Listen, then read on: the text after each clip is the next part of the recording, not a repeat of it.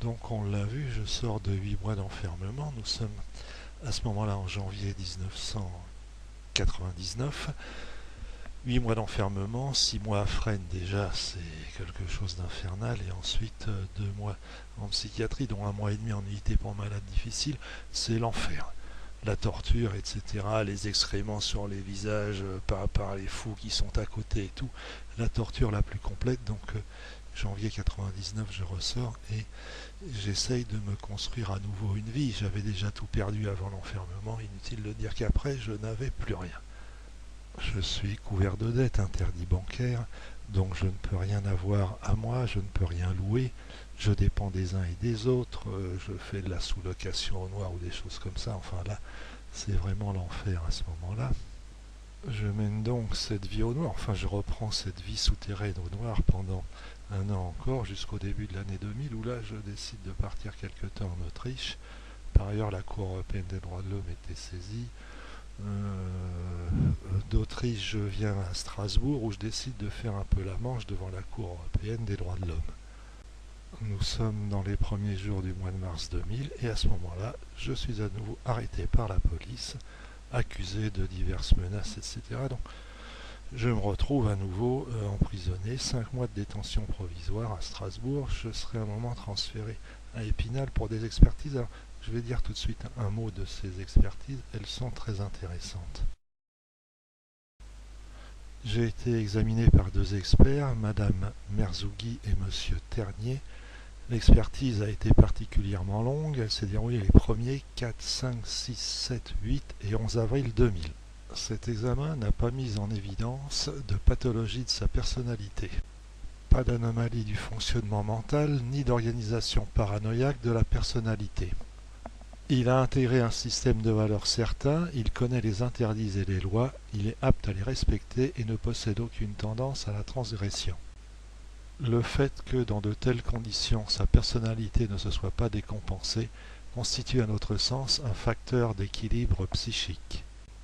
Bien, la messe est dite sur la psychiatrie, tout cela intervient après tout ce que j'ai subi alors que je suis emprisonné. Donc il faudrait avoir l'esprit particulièrement tordu pour mettre en cause ma santé mentale à partir de maintenant, mais certains s'y emploieront encore. On verra même du côté de la justice ultérieurement. En attendant, revenons à la procédure en cours, je suis en prison à Strasbourg. 5 mois de détention provisoire à la suite d'une dénonciation d'une référendaire de la Cour européenne des droits de l'homme, Caroline Raveau, qui a prétendu que menace, etc. Les conversations avaient été enregistrées, donc il a fallu éplucher tout ça avec le juge d'instruction.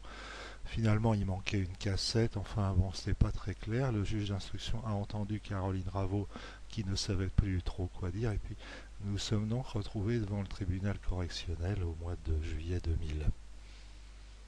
Enfin nous, le terme est un petit peu excessif parce que j'avais fait citer qu'une seule personne, c'est donc ma dénonciatrice, qui n'est pas venue témoigner. Donc j'ai déclaré en entrée d'audience que c'était comme en 40. On dénonce, mais après il n'y a plus personne. Le procureur a bondi, je lui ai annoncé qu'il y aurait certainement pire, il y a eu pire, les magistrats tenaient la route, c'est Strasbourg, donc j'avais tous mes dossiers en une vingtaine de minutes, j'ai tout exposé, j'ai conclu en disant, vous voyez, dans cette affaire, l'honnête homme c'est moi, et compte tenu de l'attitude du parquet, ceux qui le font tombent sous le coup de la loi, donc le délinquant c'est le parquetier. Le délinquant est assis au siège du ministère public. Le substitut du procureur a eu quelques hoquets, mais bon, comme je l'avais démontré, que le tribunal tenait la route et tout, eh bien nous en sommes restés là, et cela figurait dans le journal le lendemain matin. Accessoirement, l'absence de troubles mentaux a également été notée. J'ai été condamné à 6 mois avec sursis. Il faut dire que je ne me suis pas défendu sur l'accusation, j'ai préféré expliquer pourquoi j'étais là, et j'ai fait appel. Et au bout de quelques temps, j'ai envoyé plusieurs fois des lettres de relance, aussi bien au procureur du tribunal de Strasbourg qu'au procureur de la cour d'appel de Colmar, pour leur rappeler certaines choses et leur rappeler que j'avais fait appel et que je souhaitais être jugé en appel, puisque la décision de l'appel annule la décision de première instance, donc je suis blanc et j'attends d'être jugé. Très curieusement, le parquet n'a jamais programmé cette affaire en appel. Il a volontairement laissé passer le délai de 3 ans de prescription. Et donc les poursuites se sont éteintes et je suis définitivement blanchi. Compte tenu de la teneur de ces lettres, qui étaient toutes à peu près du même modèle, je vais en faire la lecture intégrale. J'ai interjeté appel d'un jugement du TGI de Strasbourg. Je mets les pièces jointes. Le parquet, qui déjà ne conteste pas le qualificatif de délinquant, a refusé d'audiencer cette affaire en appel. Il a ainsi admis que ces poursuites étaient non fondées et avaient pour seul objet de tenter de me faire taire dans une affaire d'État en collaboration avec le président de la Cour européenne des droits de l'homme. Il a par ailleurs été établi au cours de ces derniers mois que celui-ci est lourdement impliqué dans les manœuvres que je dénonce. Je tiens argument de ces faits au soutien des actions que j'ai entreprises. Ces lettres se sont étalées sur 3 ans, donc depuis juillet 2000, la décision de première instance, et le parquet, je le répète, a préféré jeter l'éponge, ce qui en dit long, surtout quand on voit ce qui lui a été adressé.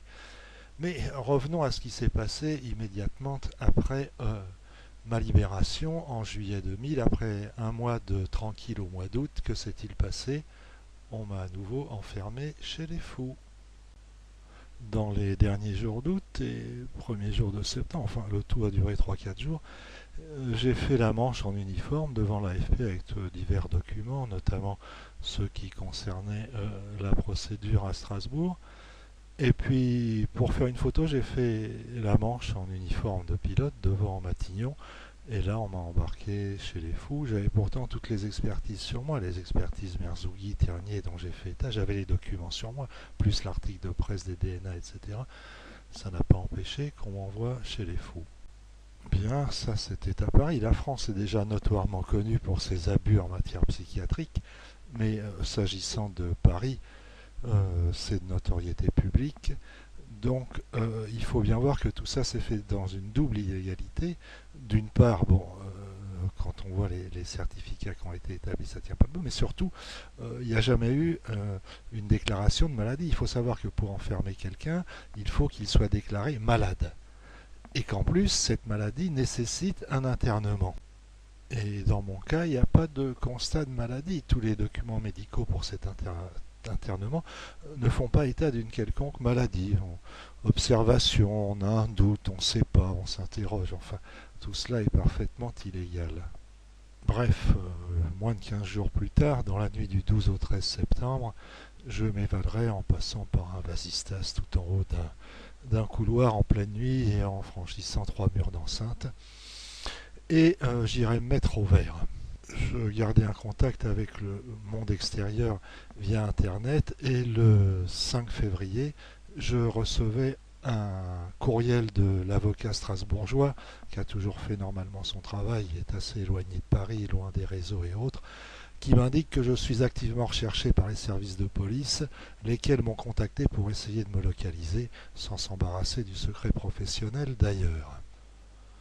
Je tiendrai l'agence France Presse informée en la personne d'Isabelle Lepage, en transmettant les coordonnées de l'avocat, en signalant ce qui se passait et tout, mais bon, et en fournissant quelques autres informations, mais tout ça, l'AFP s'en moque bien sûr éperdument. Alors je rappelle que il y a eu 2 jours de grève des pilotes d'Air France, c'est la seule grève spécifique aux pilotes d'Air France durant une période de 10 ans.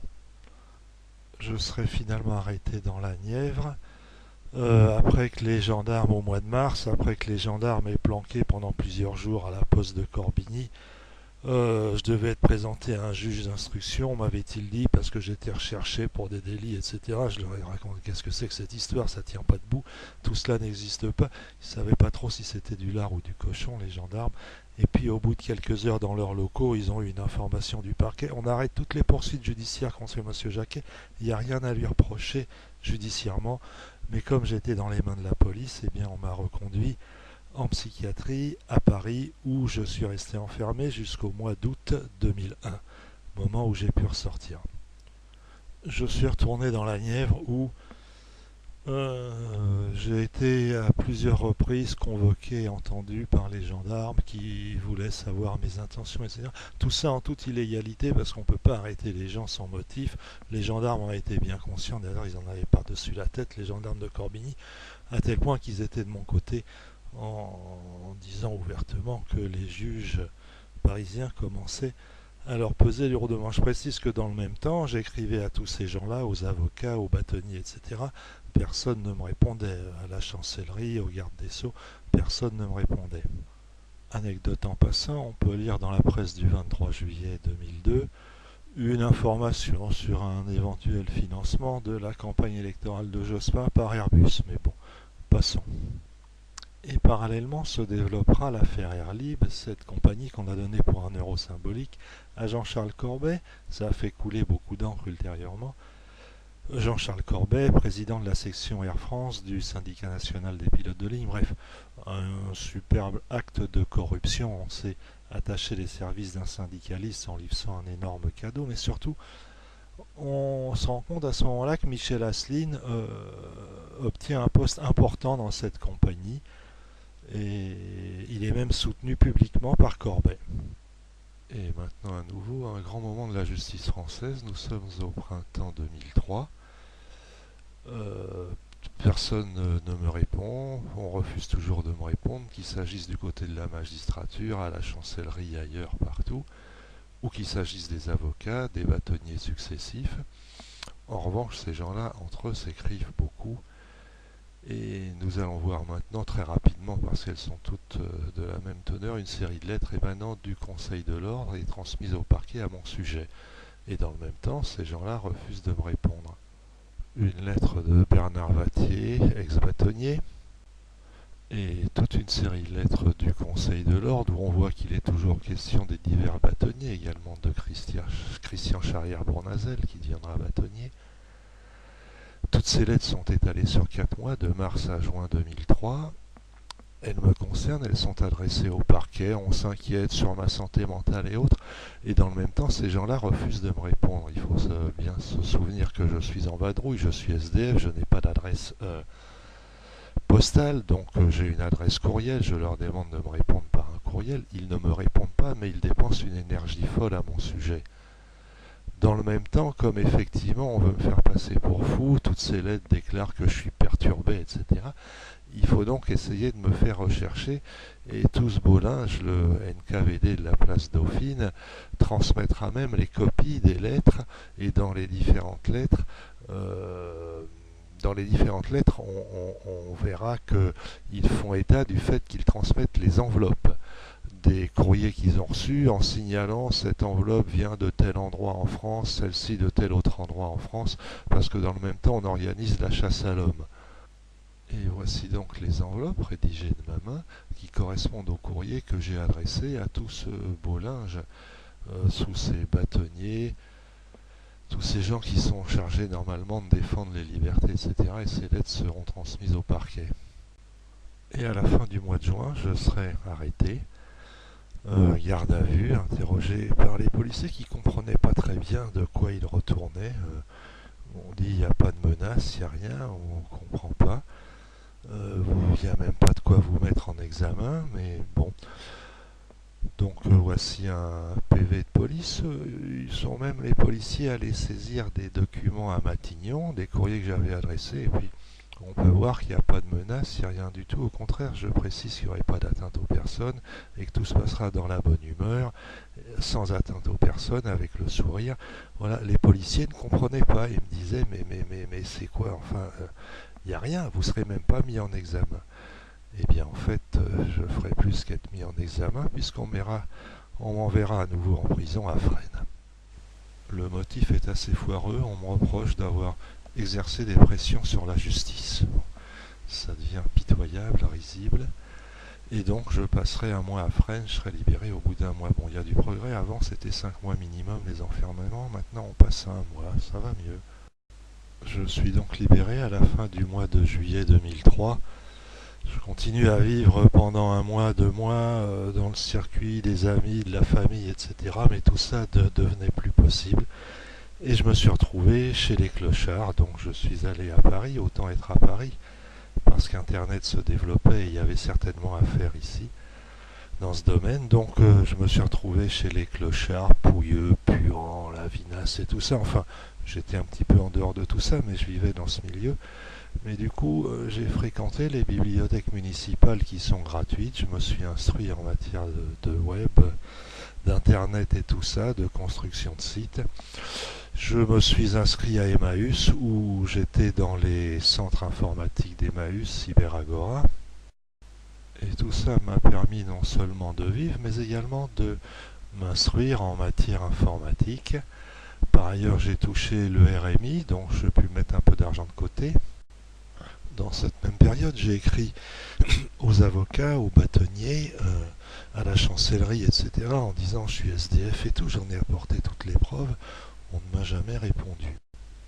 J'ai trouvé un cybercentre avec un forfait mensuel d'une quarantaine d'euros où je me suis donc inscrit, et puis là j'ai pu commencer à construire mon site, à travailler. Tout cela ne coûte pas très cher finalement, et un hébergement surtout très léger à cette époque, ça coûte, et un nom de domaine, ça coûte quelques dizaines d'euros par an tout cela. Et le 23 août 2004, mon site est apparu sur internet. J'ai pensé que les choses s'amélioreraient, il n'en fut rien. En automne 2004, donc après la création de mon site, j'écrirai à nouveau à tout le monde, comme je dis, c'est-à-dire aux avocats, notamment aux bâtonniers, au ministère de la Justice, la chancellerie, et également à la Cour européenne des droits de l'homme, en précisant en tête l'existence de mon site. On continuera à m'opposer un silence le plus complet. Il suffit de lire ce l'espace de commentaires.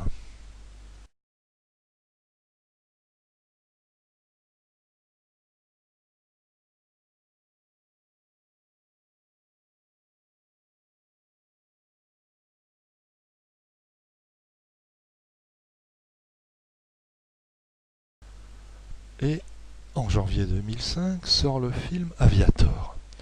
Très intéressant, il donnera lieu à un raout chez les officiels de l'aviation française, dont une revue aéronautique rendra compte, et très intéressant de se pencher sur les participants à ce raout. Je ne vais pas tous les présenter. Notons la présence de Michel Polaco, le patron de France Info, avec qui j'ai été en relation, qui connaît parfaitement mon affaire, ma situation et ses raisons. Et le ministre aussi, Gilles de Rebien, participera à ce petit raout. Enfin bref, la liste est ici pour ceux qui veulent la consulter. Et tiens, on trouve Michel Asselyne, comme c'est curieux. C'est peut-être le moment de rappeler la dédicace de son livre paru en octobre 1992, dans laquelle il précise que j'ai tout compris avant tout le monde, que je l'ai payé cher et qu'il m'assure de son soutien et de son amitié. Le même Asselyne qui, depuis la création de mon site et depuis qu'on en parle dans des forums aéronautiques, n'hésite pas à l'occasion à m'enfoncer, par exemple sur Eurocockpit Radio Cockpit, sous le pseudonyme de Freeman, que tout le monde connaît, on sait que c'est lui.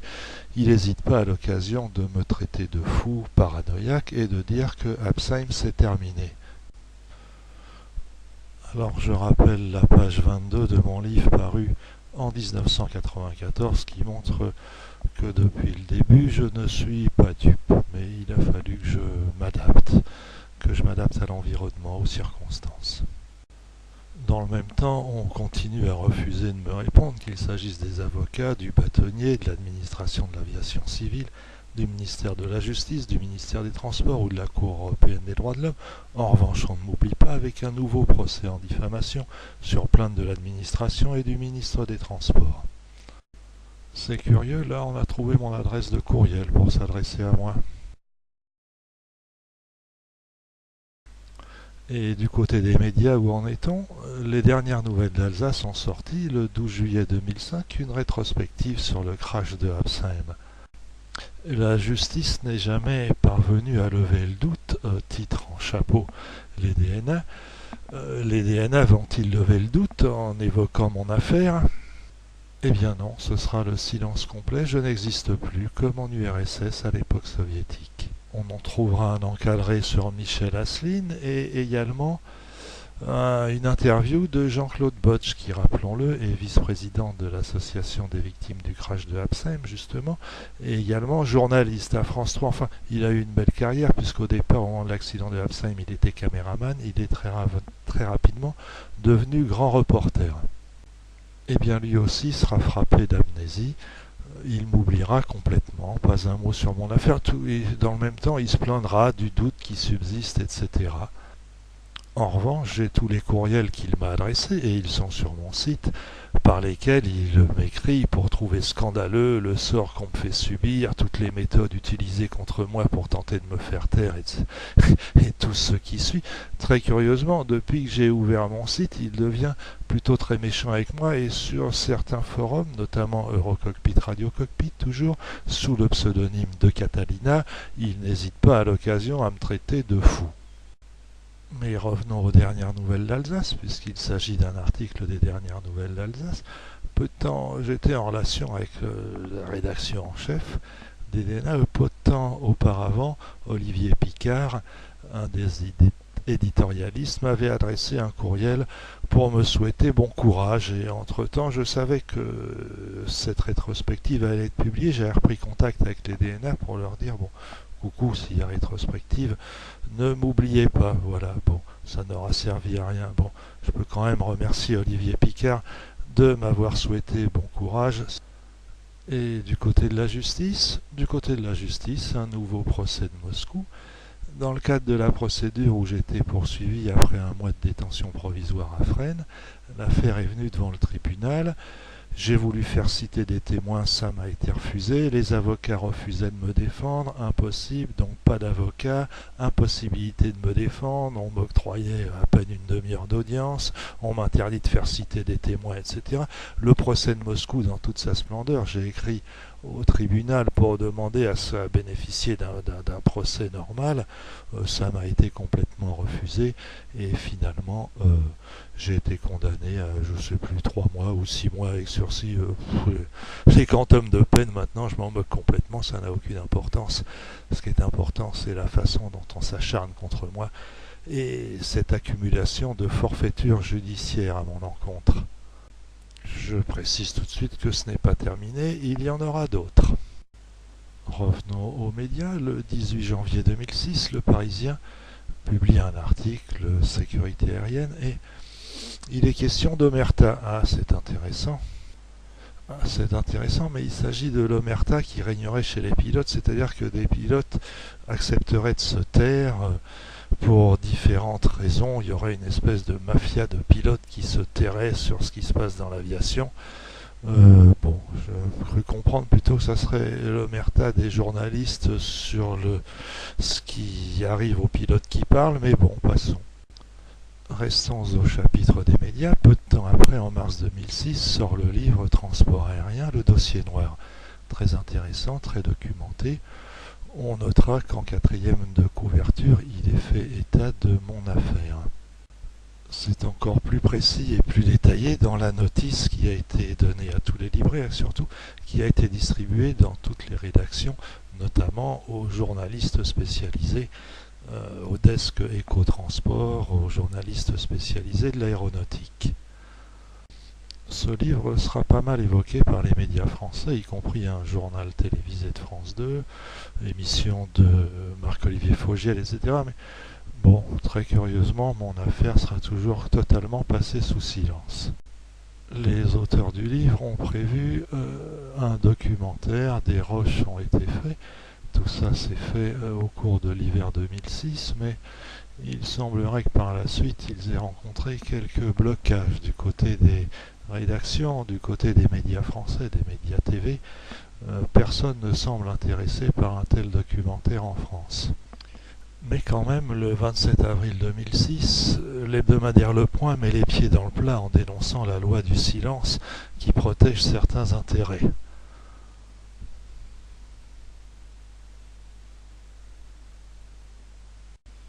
Non, non, vous ne rêvez pas. En France, la loi du silence, c'est pas la loi du silence sur mon affaire, malgré 2 jours de grève des pilotes, etc.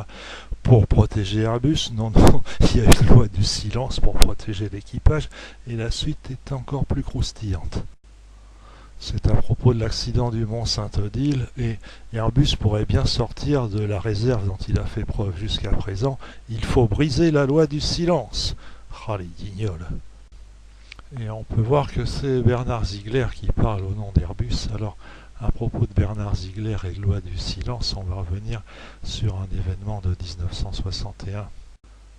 Le 29 août 1961, c'est Bernard Ziegler qui a coupé le câble de la télécabine de la Vallée Blanche en faisant 6 morts, et il l'a fait en faisant le clown avec son avion. À ce moment-là, tout ça a été pas mal passé sous silence, et ça continue à être passé sous silence. Il serait pourtant intéressant de savoir quelles pourraient être les motivations profondes de Bernard Ziegler dans sa haine ouverte des pilotes de ligne et dans sa volonté de les remplacer par des ordinateurs. Du côté des institutions, on continue à refuser de me répondre à tous les niveaux, que ce soit les avocats, bâtonniers, conseil de l'ordre, chancellerie, ministère, gouvernement et la Cour européenne des droits de l'homme. Tous ces gens-là continuent à m'opposer à un silence obstiné. Une dépêche AFP qui n'a pas été reprise en France, mais qui a été reprise au Canada, par exemple sur ce document du 12 mai 2006. Et puisqu'on en est au chapitre d'étouffement, de vérité, de médias, etc., un document assez ancien, voici une lettre de 1994 du patron d'Airbus, Jean Pierson, au patron de TF1, Patrick Lelay, à la suite d'un reportage de Michel Chevalet.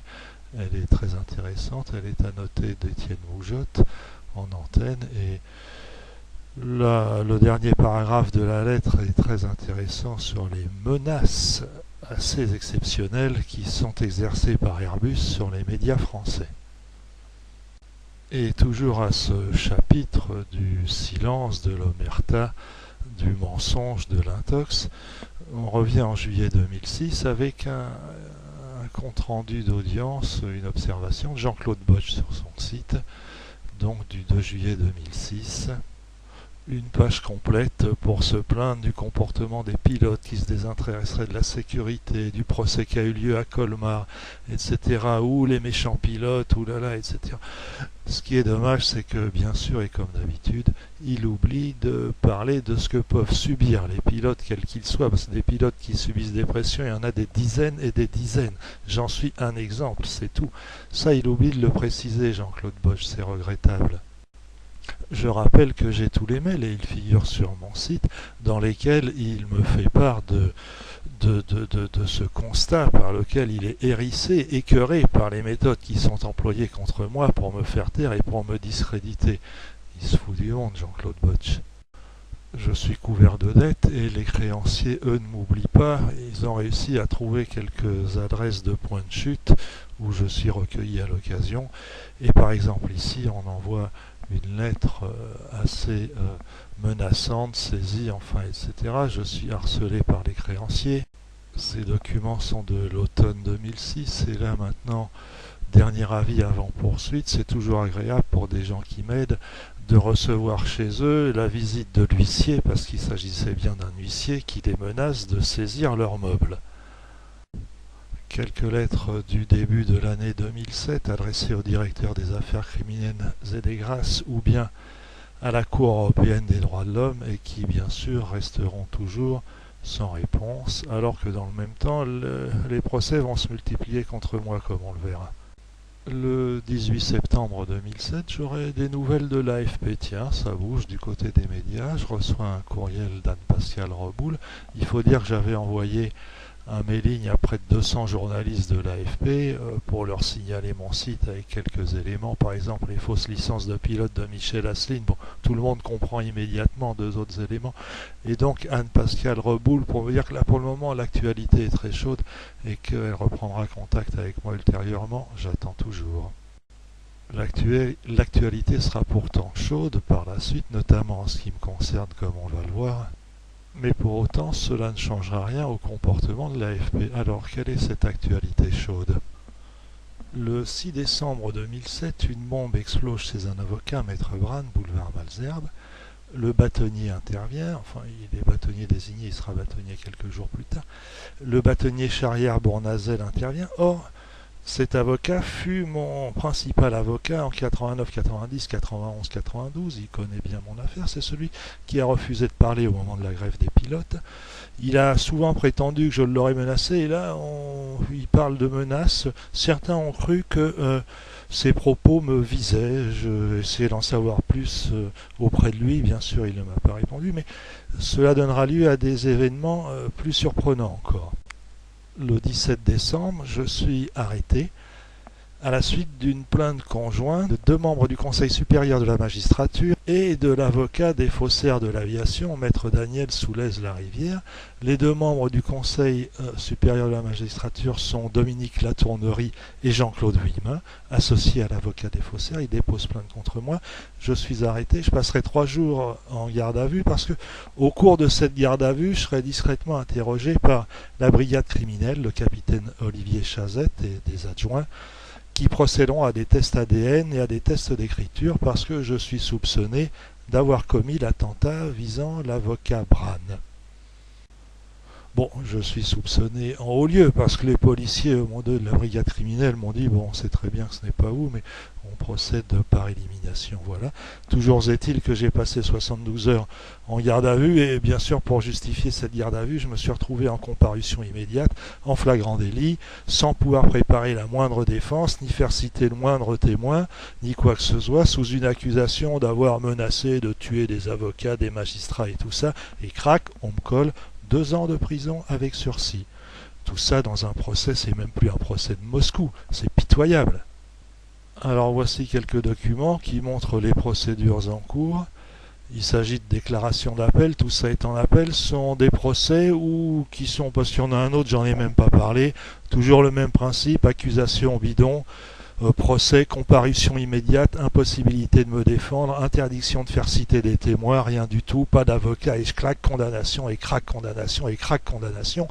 On est en plein délire. La justice, dans cette affaire, est en plein délire. Il est vrai qu'elle est très orgueilleuse, elle a peut-être du mal à supporter qu'un petit rigolo lui résiste, mais enfin, la terre est ronde et elle tourne. Il faudra peut-être qu'un jour elle le remarque, mais elle est en plein délire, elle continue à s'acharner d'une manière complètement folle contre moi, il faut bien le dire. Et là, très récemment, nouveau procès en diffamation, plainte d'Arslanian, le faussaire de l'aviation civile, défendu par maître Soulez-Larivière. Donc, je dois constituer une offre de preuve, je n'en ai pas les moyens, etc. Encore un procès complètement bidon. Bon, de toute façon, je ne donne même plus suite à toutes ces choses-là. Maintenant, la justice française, qu'elle aille se faire voir. Mais une question se pose, la justice française est-elle en plein délire ou bien, parce que je n'ai pas tout dit dans le domaine technique, il y aurait beaucoup à dire sur les commandes de vol encore maintenant, les manches non conjuguées, tout un tas de défauts, le nombre d'accidents, etc. La justice française est-elle complètement folle ou bien continue-t-on à s'acharner contre moi parce qu'on veut cacher des défauts majeurs de conception de la technologie Airbus? La question mérite d'être posée. Et puisqu'on en est aux questions, une question qu'on me pose souvent, on se demande comment tu fais pour ne pas sortir les flingues et tirer dans le tas. Je ne sais pas pourquoi on me pose cette question.